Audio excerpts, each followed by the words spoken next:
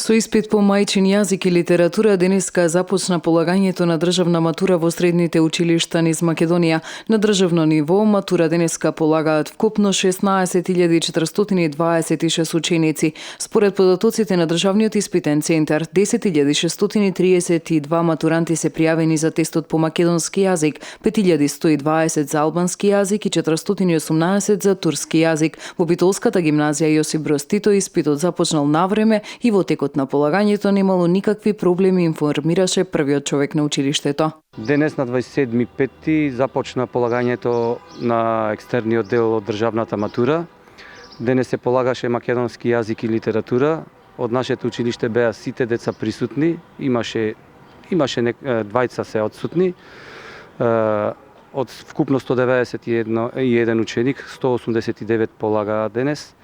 Се помина во најдобар ред. Почетокот на полагањето почна навреме, без никакви проблеми и се надеваме дека и понатаму и другите денови кога имаме државна матура, односно кога се полагат останатите предмети од државната матура, ќе течат во најдобар ред. Оние кои веќе го завршија тестот со различни ставови околу тоа дали тестот беше тежок. Значи беше, што знам, не беше ни претешко, не беше ни прелесно. Во споредба со другите години исто беше, што знам.